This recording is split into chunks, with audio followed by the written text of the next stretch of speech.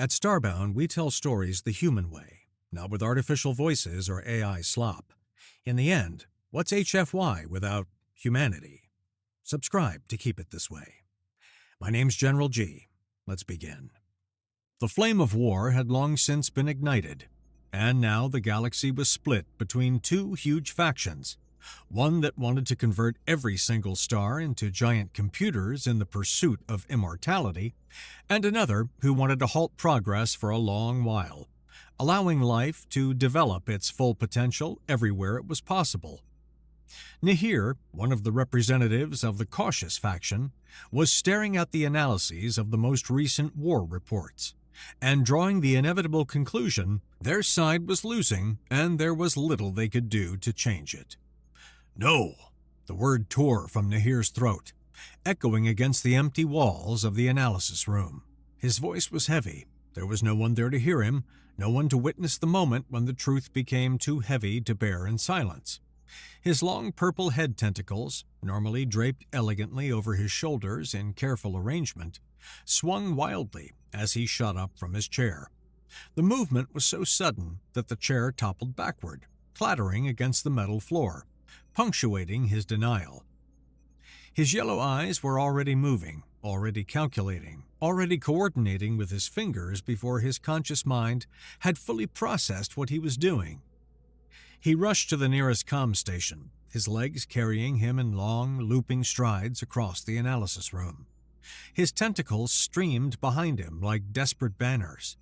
His fingers were a blur of motion on the touchscreen, clicking contact after contact, pulling up faces he needed, faces that represented the last hope of the cautious faction. The first face materialized on the screen, a Verdani ambassador with skin the color of forest moss. His mouth opened, the translator catching his words mid-formation. "Nahir? What is—" "Hold, please," Nahir said curtly, his fingers already moving to the next contact. The Verdani's face shrank to a corner of the screen, his expression frozen in confused indignation. Next came the Grit ambassador, her compound eyes reflecting the light in 1,000 fractured rainbows. Her mandibles clicked, a gesture of respect between diplomatic equals. "Representative Nahir, I am honored by your—" "Hold, please," another corner of the screen filled. The Aquari representative appeared next, floating gracefully in her spherical water tank, her translucent fins taking and releasing water. Bubbles rose around her as she vocalized through the tank's translation membrane. "Nahir, to what do I owe the pleasure of—" "Hold, please!" He was building momentum now, his actions taking on a frantic rhythm. The Krell diplomat, the Thum representative, then another, until finally all 11 species of the cautious faction were arrayed before him on the screen, each in their designated square, each face a portrait of confusion deepening into irritation. "Nahir, what is the meaning of this?" the Krell diplomat demanded. "I was in the middle of negotiations with the Thum representative began. Several others joined in, their voices overlapping into a disorderly mixture of alien languages and translated protests.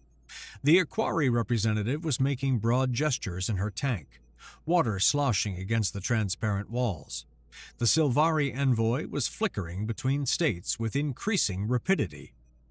Nahir stood before them all, watching the chaos he had created, and took a deep breath. His lungs expanded, filling with air, and he let it out slowly. The tentacles on his head settled against his shoulders, their wild movement ceasing. His yellow eyes, which had been darting from face to face, suddenly locked with an intensity that cut through the noise. "We will lose the war in exactly 1 cycle," he said, his voice flat and absolute, "if we don't do something about it." The effect was immediate. Several ambassadors began to speak at once, their protests louder now, tinged with disbelief and anger. "That shouldn't be happening." "Our intelligence suggests—" "You're being alarmist." Nahir's fingers moved across the console.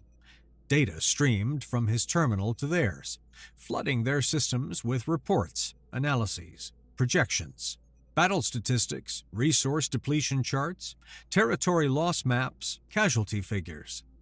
the mathematical certainty of defeat rendered in graphs and numbers. "This is the truth whether you like it or not," Nahir said, his voice rising above the protests. "The immortal faction has gathered under Karziv's unified leadership. He is the most competent admiral since this war started. Look at the data. Look at what he's accomplished in just the last quarter cycle. They're not just winning battles, they're winning the war." The protests were fragmenting now, becoming less coherent as the ambassador's attention split between him and the data flooding their screens. He could see their expressions changing as their AIs began processing the information, rendering the raw data into comprehensible patterns. "What do you suggest, Nahir?" It was the Aquari representative who spoke first. "Yes," the OSSEC ambassador added, his rocky features moving as he spoke. "If your analysis is correct, we need action, not just warnings. Tell us what you propose," the Draven said, her multiple eyes all focused on him. But many others were still drowning in the data, their expressions ranging from overwhelmed to furious. Nahir focused on the three who had spoken, the ones who were actually trying to help, who understood that the time for comfortable denial had passed. He leaned forward over the comm station, his tentacles spreading wide in a gesture of absolute conviction, and declared loudly and firmly, letting each word land with the weight of inevitability. "We must ask humanity for help." The chaotic meeting turned into absolute silence.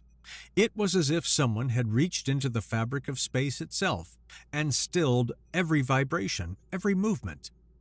The protests died mid-syllable. The arguments ceased. Even the Sylvari stopped flickering and held a single solid form. The only sounds Nahir could hear were his own heartbeat, a single drum pounding in his chest, and his breathing, suddenly loud in the artificial quiet of the comm station. The silence stretched. Seconds became subjectively eternal.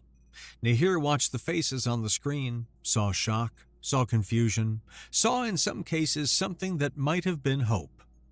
Finally, it was the Verdani who broke the silence. "Why would humanity help us?" His bioluminescence had faded to a dull gray. "They are a neutral party. They left the Galactic Council before it split into our factions. They have no stake in this fight whatsoever.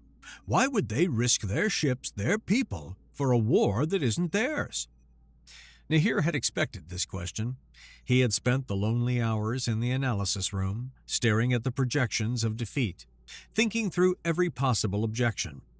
"They would help," he said, "because they wouldn't want to have their own stars covered with energy extractors. Humans are known to enjoy their physical forms, even though they don't need them anymore in theory. The immortal faction won't stop at our borders. Once they've converted our territory, they'll turn to the neutral zones. And humanity, whatever else they may be, are not passive. They won't wait to be consumed." "That explains why they might have an interest," the insectoid said, her mandibles moving quickly. "But how can you be sure that with humanity's help we could actually win? They've been isolated for how long now? 500 cycles? More? Who knows what state their military is in?" Nahir felt the doubt, saw it reflected in the faces on the screen. This was the crucial moment. He could feel the decision balancing on a razor's edge. He recognized in his thoughts that he was not sure about victory, could not guarantee it with the mathematical certainty he had shown them for defeat. But he had something else, something that had to be enough. "I cannot promise you victory," he admitted, and saw several faces fall. "But I can tell you this. 1,000 standard years ago, when humanity was just beginning to reach beyond their immediate star cluster, they were already ahead of everyone else militarily. Not by a little, by an order of magnitude. They had weapons we couldn't understand, defensive technologies that made their ships nearly invulnerable. And that was when they were young, when they were just learning to navigate the stars. Can you imagine what they've developed in the 1,000 years since? While we've been fighting each other, while we've been locked in this ideological struggle, they've been advancing, growing, evolving. If they were gods of war then, what are they now?" He saw the doubt still lingering, but also saw something else beginning to take root. Possibility, hope, however fragile. The Thum representatives' 3 hearts had synchronized their rhythm, a sign of resolution forming. The Draven's multiple eyes were narrowed in calculation. The Equari had resumed her gentle fin movements.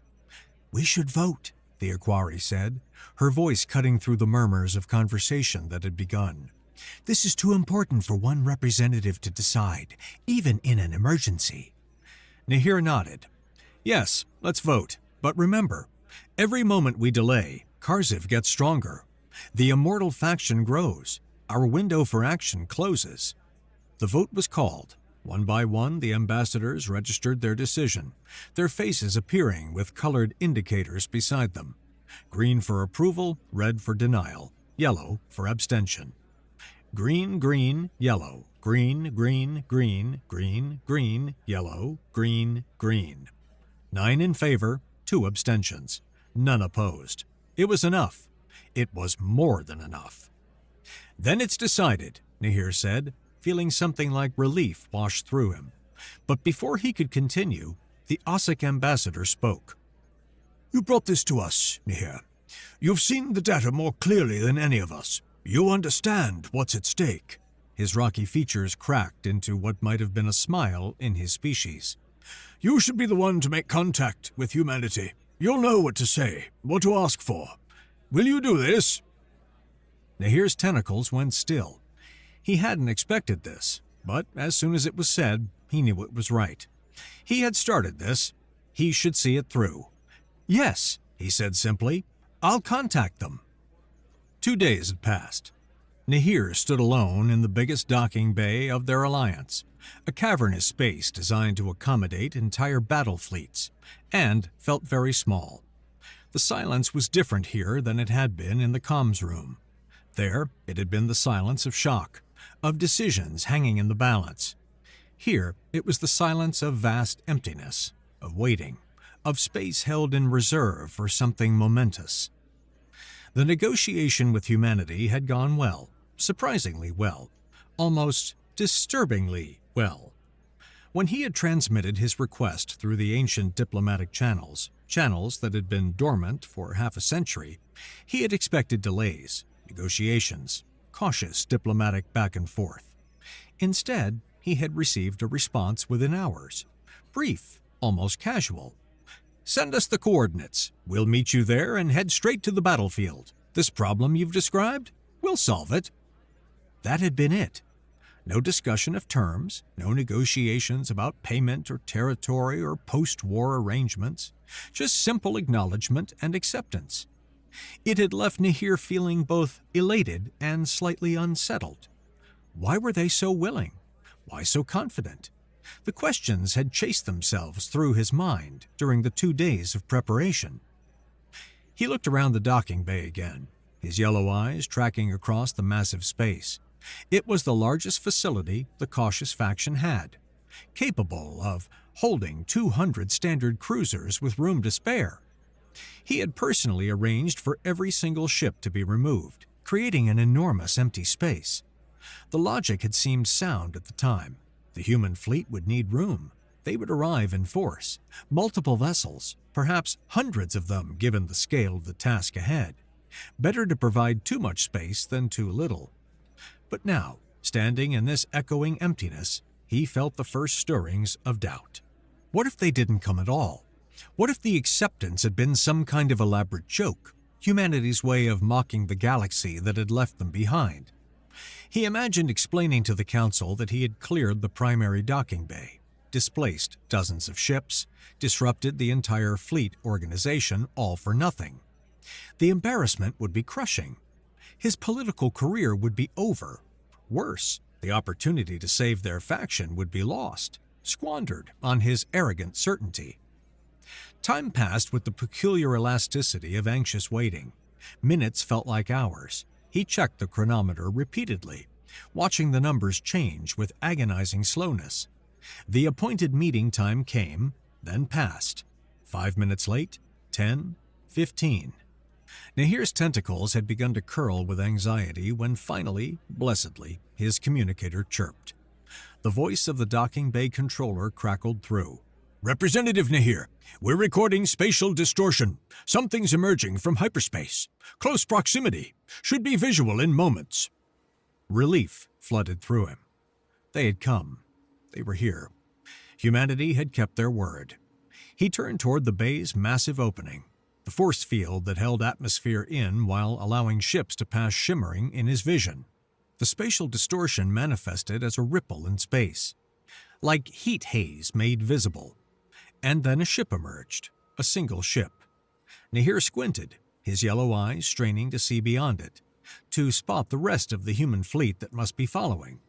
But there was nothing, just empty space behind a very normal-looking vessel. The ship itself was unremarkable, medium-sized by galactic standards, perhaps a light cruiser or a heavy corvette. Its hull was smooth, reflecting the docking bay's lights with a strange, almost liquid quality. But otherwise, it could have been any of a dozen different species designs. There were no obvious weapons ports, no massive engine arrays, no distinctive features that would identify it as human. It was just a ship, a single, ordinary-looking ship. Nahir's mind struggled to process this. Where was the fleet? Where were the hundreds of vessels he had imagined? The armada that would turn the tide of the war? Had there been some miscommunication? Was this just an advance scout, a diplomatic vessel sent to retrieve him before taking him to the real fleet? That had to be it. He felt his anxiety transform into understanding. Of course, they wouldn't bring their entire fleet to a docking bay. They would be positioned somewhere safe, somewhere strategic. And this ship was merely the shuttle that would transport him to them. That made sense. That was prudent military planning. The ship descended with eerie smoothness. No visible thrust, no sound even as it grew closer. The landing was as strange as the arrival. The ship simply settled onto the docking bay floor as if gravity itself had gently lowered it. There was no repulsor wash, no engine burn, just smooth, inexplicable motion. A seam appeared in the hull, and a ramp extended downward, its surface gleaming with that same liquid metal quality as the hull. A human emerged, and Nahir felt his tentacles lift in attention. The man was tall by galactic standards, with dark hair and features that suggested a genetic heritage from multiple Earth regions. He wore a simple uniform, dark blue with minimal insignia, and moved casually. "Representative Nahir," the human called out. "I'm Captain Dillon. I'd rather not use surnames. Never liked mine." He approached with long strides, hand extended in the human greeting gesture. Nahir found the informality strange. The other humans he had dealt with after negotiation had been more formal, more diplomatic in their bearing. But he didn't mention it. Perhaps this was simply how ship captains behaved, less bound by diplomatic rules. He extended his own hand, feeling the firm pressure of the human grip, the warmth of skin against his cooler flesh. "Captain Dillon," Nahir said, trying to mirror the informal tone. "I'm pleased you arrived safely. If you'll show me to your shuttle, I'm ready to depart to your fleet immediately. Time is critical, as I'm sure you understand." The human's expression shifted to confusion, his head tilting slightly. "Shuttle? What do you mean by the rest of the fleet?" Nahir felt his tentacles curl with renewed anxiety. "The human fleet," he said carefully, wondering if there was some translator error he was missing. "The forces that will help us end the war. You said you would meet me here, and we would head to the battlefield together. I assumed this vessel was simply for transport, that the fleet itself would be stationed somewhere more appropriate for military vessels." Understanding dawned on Dillon's face, but instead of clarification, it seemed to bring amusement. The captain's smile widened, and he actually chuckled, a sound that seemed entirely inappropriate given the gravity of the situation. "Oh, I see the confusion. No, Representative, this is it. My ship, my crew. We're going to end this war. We don't need the human fleet for that." Nahir stared at him. The words made sounds. The translator was functioning perfectly, but the meaning refused to cohere into sense. A single ship? This unremarkable vessel that looked like it might struggle in a minor skirmish? This was humanity's response to a request from help, ending a galactic war? I don't understand, Nahir said, his voice flatter than he intended. Your ship, one ship, against the entire immortal faction fleet? Against Admiral Karziv and thousands of vessels? Each question made the situation more absurd. Is this a joke? Some kind of provocation? Did I offend humanity somehow in my request? Dylan's expression shifted from amused to understanding, perhaps recognizing that his confidence was being interpreted as mockery. No joke, I promise. Look, I know how this sounds, but you asked for our help, and we're giving it. Me, my crew, and the ship. It's all we need. He reached out and placed a hand on Nahir's shoulder, the gesture friendly and reassuring in a way that somehow made everything more confusing. Come on, let me show you. It'll make more sense once you're aboard. Before Nahir could protest further, Dylan was gently but firmly guiding him toward the ramp. His mind was reeling. Were the humans crazy? Had their isolation driven them to delusion? Had they lost all perspective on galactic military realities? A single ship couldn't end a war. The basic mathematics of combat made that impossible. Numbers mattered. Firepower mattered. You couldn't overcome a fleet of thousands with a crew of what, 10? 20?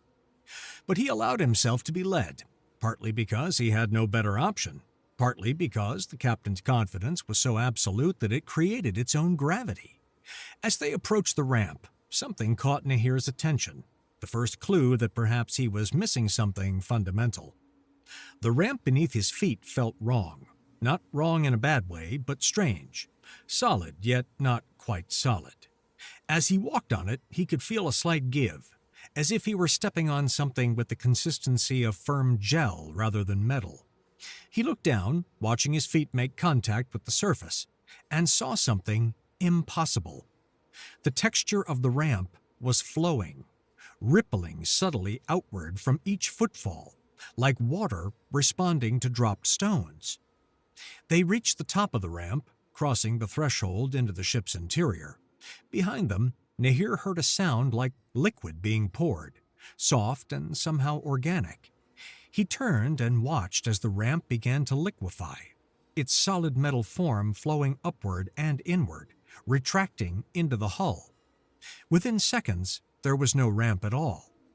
The surface of the hull was seamless, perfectly smooth, with no indication that an opening had ever existed. The metal had sealed itself with the perfection of water finding its level. Nahir felt his tentacles stiffen. Programmable matter. He had heard theories about it, had seen demonstrations of limited applications, but this was different. This was complete transformation, solid to liquid and back, with no visible energy expenditure, no obvious mechanism. The implications were staggering.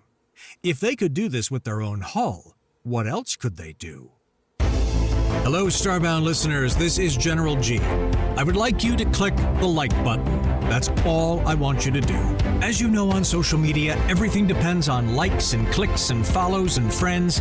You can help out this channel in unimaginable ways just by clicking like. Thank you. And now, back to the story. If they could do this with their own hull, what else could they do? Impressive, isn't it? Dylan said, catching Nahir's stare. Standard hull configuration makes repairs a breeze.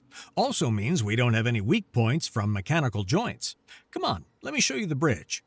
They moved through corridors that seemed to adjust their dimensions as they walked, the walls maintaining a constant distance from their bodies regardless of their exact path. The lighting had no visible source, seemed to emanate from the walls themselves, adjusting to comfortable levels automatically.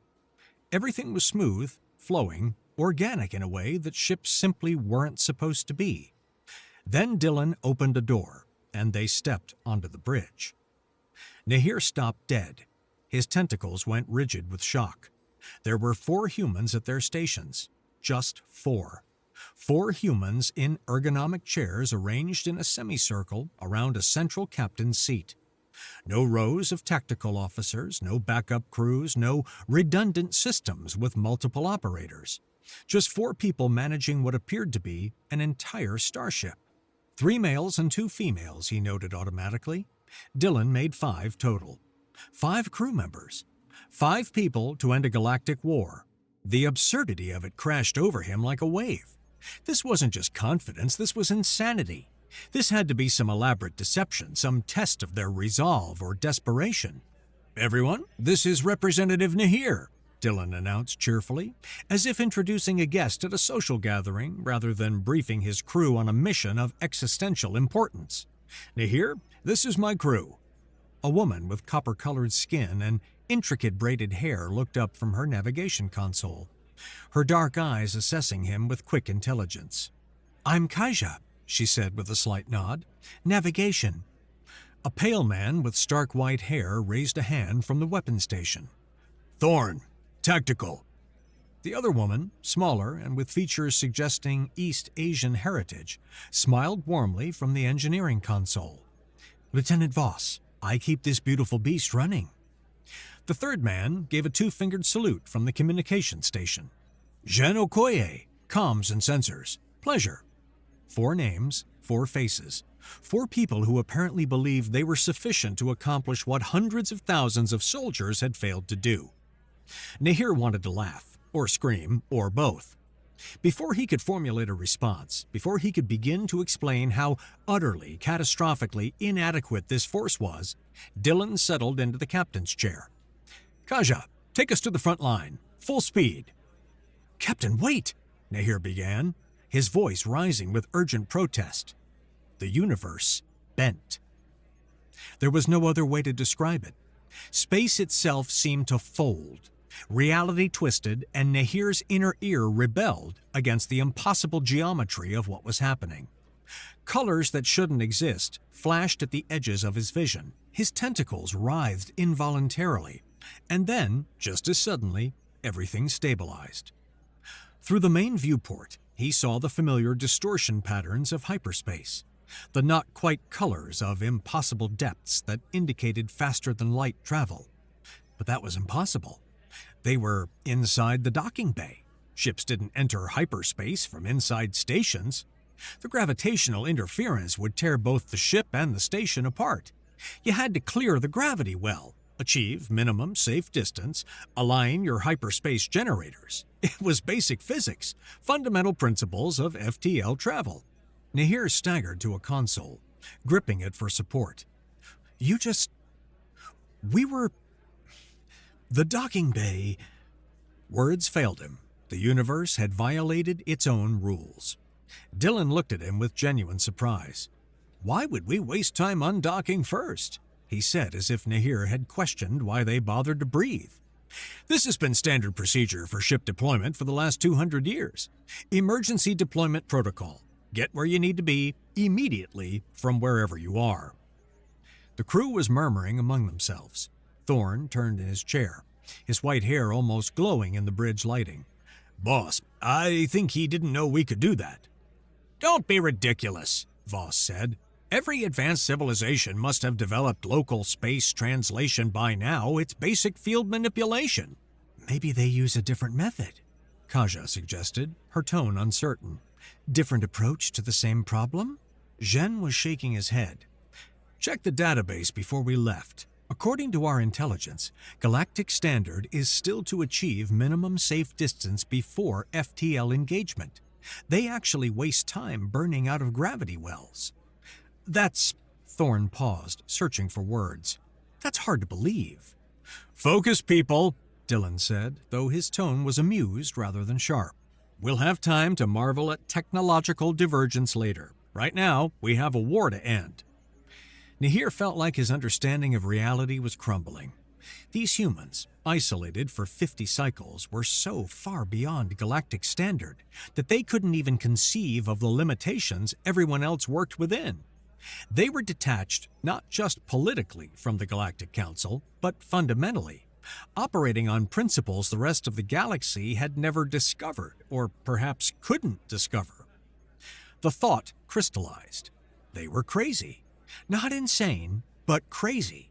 So advanced and so isolated that they had lost all touch with what was considered normal, possible, or sane by galactic standards. "ETA to frontline coordinates, 27 seconds, Kaja announced. 27 seconds. The front line was 3 days away at conventional speeds. Even in hyperspace, it should take hours. Nahir opened his mouth to ask how, then closed it again. He didn't think he could handle another casual revelation about humanity's violation of fundamental physics. The seconds ticked by. Nahir gripped the console harder, his tentacles coiling around his own arms in an unconscious gesture of self-comfort. He had asked for humanity's help. He had convinced the Council. He had arranged all of this. And now he was on a ship with 5 crazy humans who thought they could end a galactic war by showing up. "Emergence in 3, 2, 1, mark," Kaja said. Reality twisted again, and they dropped out of hyperspace directly into hell. The viewport filled with thousands of ships, enemy ships. The immortal faction's fleet spread across space in battle formations, their hulls gleaming with the harsh light of weapon systems charging. Energy signatures bloomed everywhere as ships maneuvered, fired, launched fighters and drones. The scale was overwhelming, a 3-dimensional battlefield that stretched for thousands of kilometers in every direction. And they had emerged right in the middle of it. Panic hit Nahir. His tentacles went rigid, his yellow eyes widening until they hurt.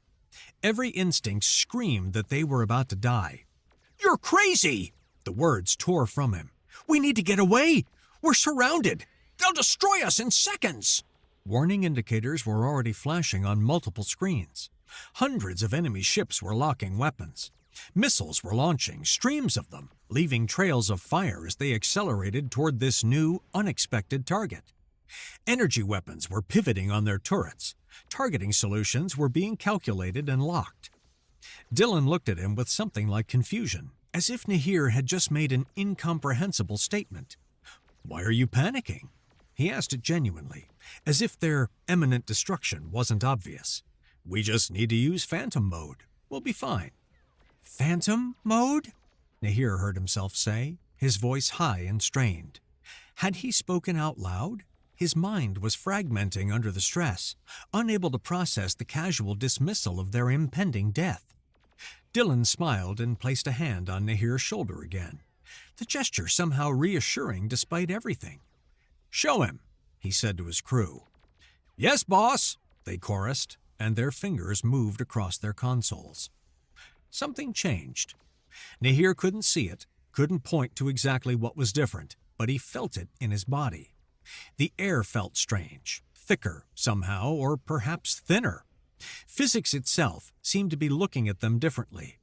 The light had a quality to it that his eyes couldn't quite process, as if photons were behaving in ways they shouldn't. His tentacles moved through the air and left trails that shouldn't exist, distortions that faded almost instantly, but were definitely there. But whatever had happened clearly hadn't cloaked their ship. The viewport still showed the enemy fleet, and more importantly, it showed the swarm of missiles rushing toward their position. Hundreds of them, maybe thousands. Their trajectories highlighted by the ship's tracking system in angry red lines that all converged on their exact location. "They're gonna hit us!" Nahir screamed, his voice breaking. "Do something! Evasive maneuvers! Shields! Anything!" The humans just watched him.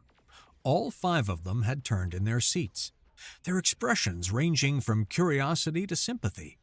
They weren't moving to defensive positions. They weren't initiating evasive protocols. They were just sitting there, watching him panic. The missiles were seconds away. Nahir could see them in the viewport, growing larger, their warheads aimed and ready. He squeezed his eyes shut, his tentacles wrapping around his head in a futile gesture of protection. He thought of the Council, of his people, of the war they would lose. He thought of how stupid he had been to trust in humanity, to believe that 5 people on one ship could accomplish anything against these odds. The moment of impact came, and nothing happened. No explosion, no violent shaking, no hull breach alarms, no death, just silence. Nahir kept his eyes closed for another moment, afraid that opening them would reveal that he was dead, that this was some kind of afterlife hallucination. "You can look now," Dylan said gently. "It's okay." Nahir opened his eyes. The missiles had passed through their position. All of them. He could see them on the viewport, continuing past them, some already self-destructing as they realized they had missed their target. But they hadn't missed. He had watched them converge exactly on their location. They should have hit. Then the energy weapons opened fire. Hundreds of lasers, particle beams, plasma lances, all the varied weaponry of a dozen different species, all focused on their ship. The viewport lit up with beams of concentrated death, so many that they created a web of light, a cage of energy that should have vaporized them instantly. And everything just passed through. The beams went through their ship as if it wasn't there, as if they were ghosts, as if they existed in some other dimension that merely overlapped with this one. Even as he watched, fascinated and horrified, railgun rounds came next. Solid slugs of metal accelerated to relativistic speeds. They too passed through, their trajectories undisturbed by the presence of the ship that should have been destroyed. What? Nahir couldn't form a complete question. His mind was too busy trying to reconcile what he was seeing with everything he knew about physics. Phantom mode, Dylan explained, his tone patient and educational, like a teacher with a curious student. It's a technology that, as far as we know, is exclusive to humanity. We've certainly never encountered anyone else who has it. He gestured to the viewport, to the continuing storm of weapons fire that passed harmlessly through their position. What you're seeing is the projection of subatomic particle characteristics onto the macroscopic world. Do you know about neutrinos? Nahir nodded numbly. Particles that barely interact with normal matter. They pass through entire planets without being affected. Exactly. Now, imagine if we could give that property to larger objects, to atoms, molecules, entire structures. Dylan spread his hands. That's phantom mode. Right now, both our ship and our bodies are truly intangible. We literally cannot interact with the universe like conventional matter. Their weapons pass through us because, from the perspective of normal matter, we're not really here. The implications crashed through Nahir's mind like a tsunami. With something like that, he said slowly, his tentacles beginning to uncoil from their protective posture, you could have conquered the galaxy. It wouldn't even be hard. You could go anywhere, do anything. No defense could stop you. No weapon could touch you. The humans all laughed. It wasn't cruel laughter, wasn't mocking, but it was knowing, amused, and absolutely confident. We're aware, Thorne said, his white hair stark against the backdrop of weapons fire still lighting the viewport. A cold sensation ran down Nahir's spine, along his tentacles, through his entire body. These people, this species, had possessed the capability to conquer the galaxy for at least 200 years. They had held absolute military supremacy, and they had done nothing with it. They had simply left, isolated themselves, pursued their own development. The restraint that implied was almost more terrifying than the power itself. For the first time since this insane day had begun, Nahir felt something shift in his understanding. Maybe, just maybe, this single ship with its crew of 5 really could end a galactic war. Not through numbers, not through conventional firepower, but through technology so advanced it was effectively magic. What do we do now? Nahir asked, his voice steady for the first time since they'd arrived. Dylan didn't answer with words. Instead, he stood from his captain's chair and moved to a manual control stick that rose from the floor beside it. His hands wrapped around it, and his eyes locked onto a particular section of the battle space visible on the viewport. Now, Dylan said, his voice taking on a tone of finality, we end this war. The ship moved. Nahir felt the acceleration, but it was gentle, controlled, nothing like the violent maneuvers of conventional combat. They were heading directly toward a massive vessel at the center of the enemy formation. It was easily 10 times their size, bristling with weapons, surrounded by escort ships and defensive screens. The flagship, it had to be. They passed through the defensive perimeter like it didn't exist. Force fields designed to stop anything from missiles to boarding pods simply ignored them. Escort ships fired frantically, their weapons doing nothing. The flagship itself opened up with everything it had. Point defense systems creating a curtain of fire that should have shredded any approaching vessel. Dylan piloted them through it all, his movements calm and precise. They approached the flagship's hull, that last barrier between them and their target. Nahir braced himself, but he needn't have bothered. They phased through the shields like they were passing through air.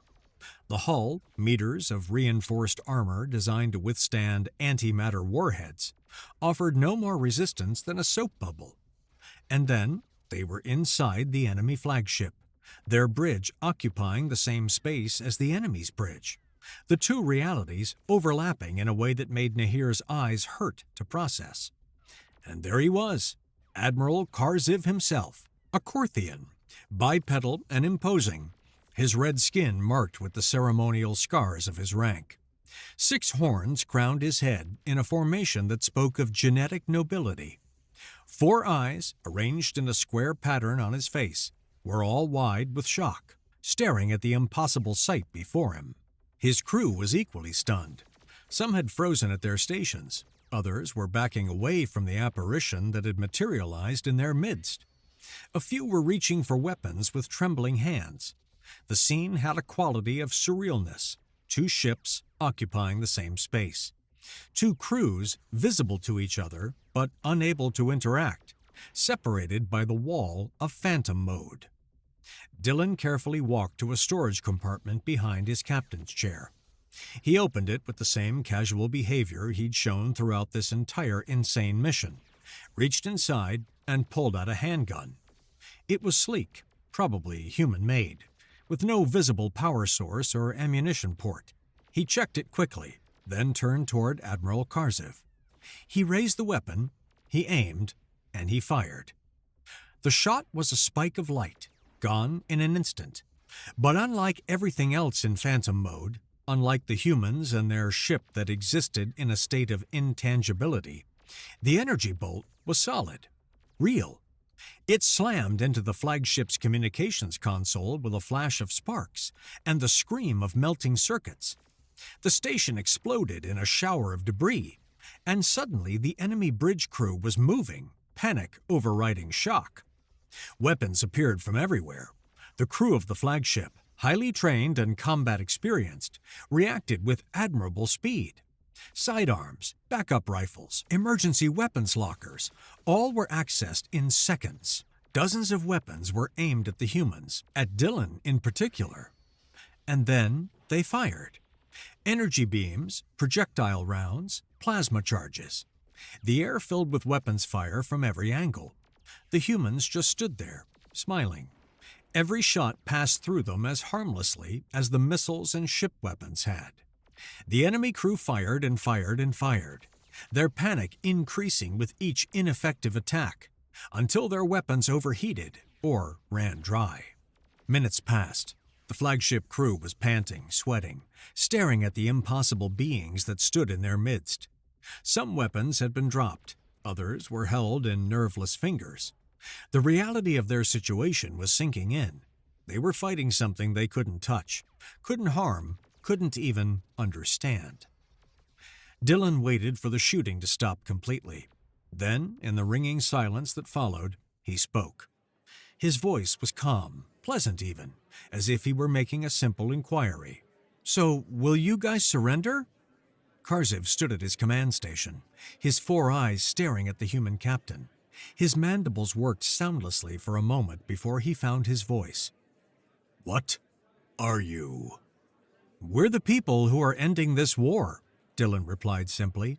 "You've got 2 choices. Surrender now, order your fleet to stand down, and we can all go home. Or," he gestured around at the evidence of their futility, "I can keep shooting. Can you imagine that? Being remembered by history as the admiral who lost to a handgun?" "You can't," Karziv started, then seemed to realize he couldn't finish that sentence. Can't what? Can't do the impossible things they'd already done? Can't be real? can't exist? We can, Dylan assured him. We just did. The question is whether you're ready to accept it.